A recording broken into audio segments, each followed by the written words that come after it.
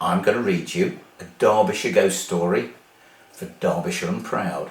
This is one of my favourite stories concerning a screaming skull.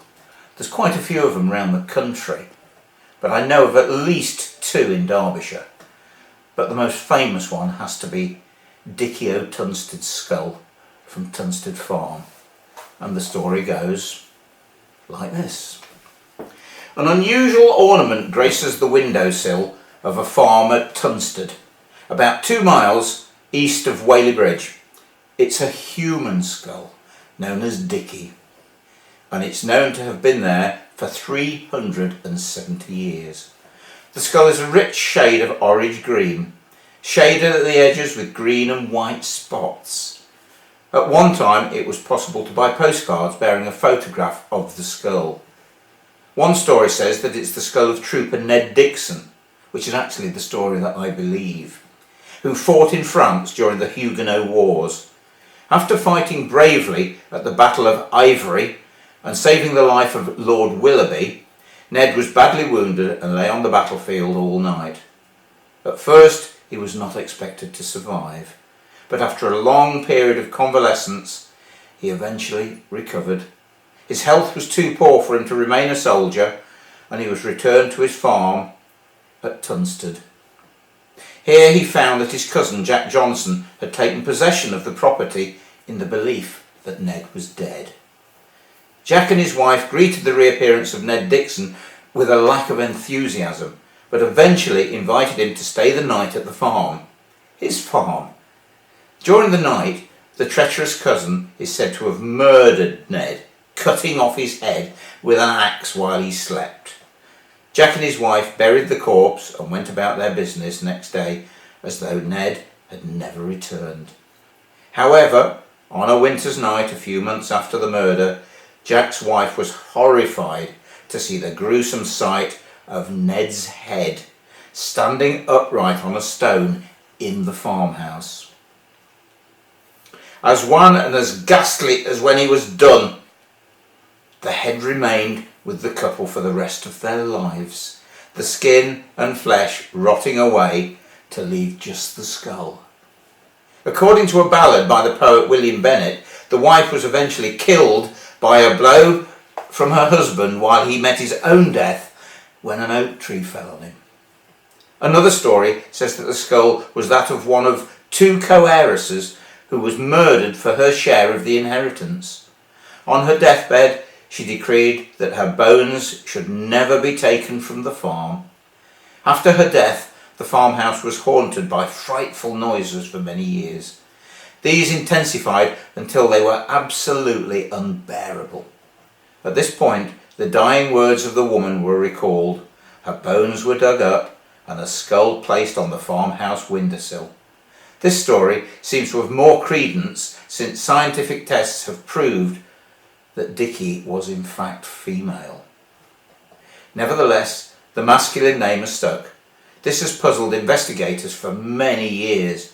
In 1809, a local historian wrote, "Why it should have been baptised with a name belonging to the male sex seems somewhat anomalous." The two legends agree on one thing, that if the skull is moved from the farm, then terrible consequences ensue. Not all the tenants of the farm have accepted this. Some have objected to having human remains in the house because it seems disrespectful, while others have been scornful of the superstitions attached to the skull. In every case, however, these tenants have been forced to change their minds and have restored Dicky to his or her rightful place on the windowsill. Whenever the skull has been absent from the farmhouse, misfortunes have occurred. One farmer, who had not taken the suspicions seriously, found that after scything a swathe through a grass meadow, he turned round to find the grass still upright and uncut. Cattle have died or wandered off, crops have failed, farm workers have had serious accidents, and the number of disturbances has grown to such an extent that the farmers have recovered the skull from its burial place in order that the curse could be lifted. Once Dicky was thrown into the nearby Coombs Reservoir, but the fish died. Twice it was buried in Chapel and Frith churchyard, but on both occasions the desperate farmer had to dig it up again. On one occasion it was buried in a manure heap while the house was being rebuilt, but each morning the workmen found that the previous day's work had been undone.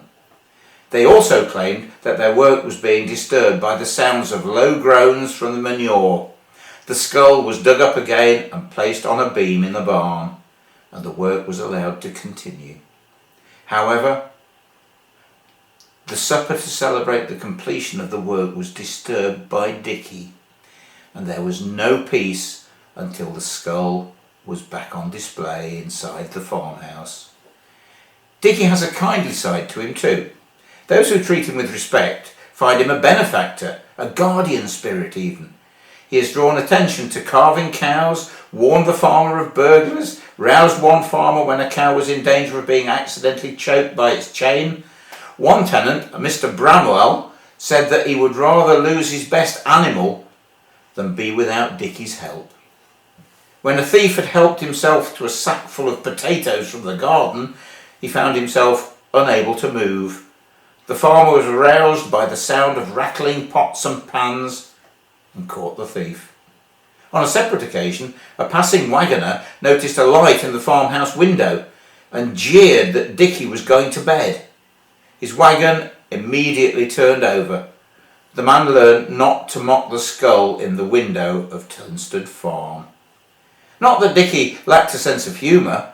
When a group of young men used the skull as a cup and drank water from it, they suffered no punishment.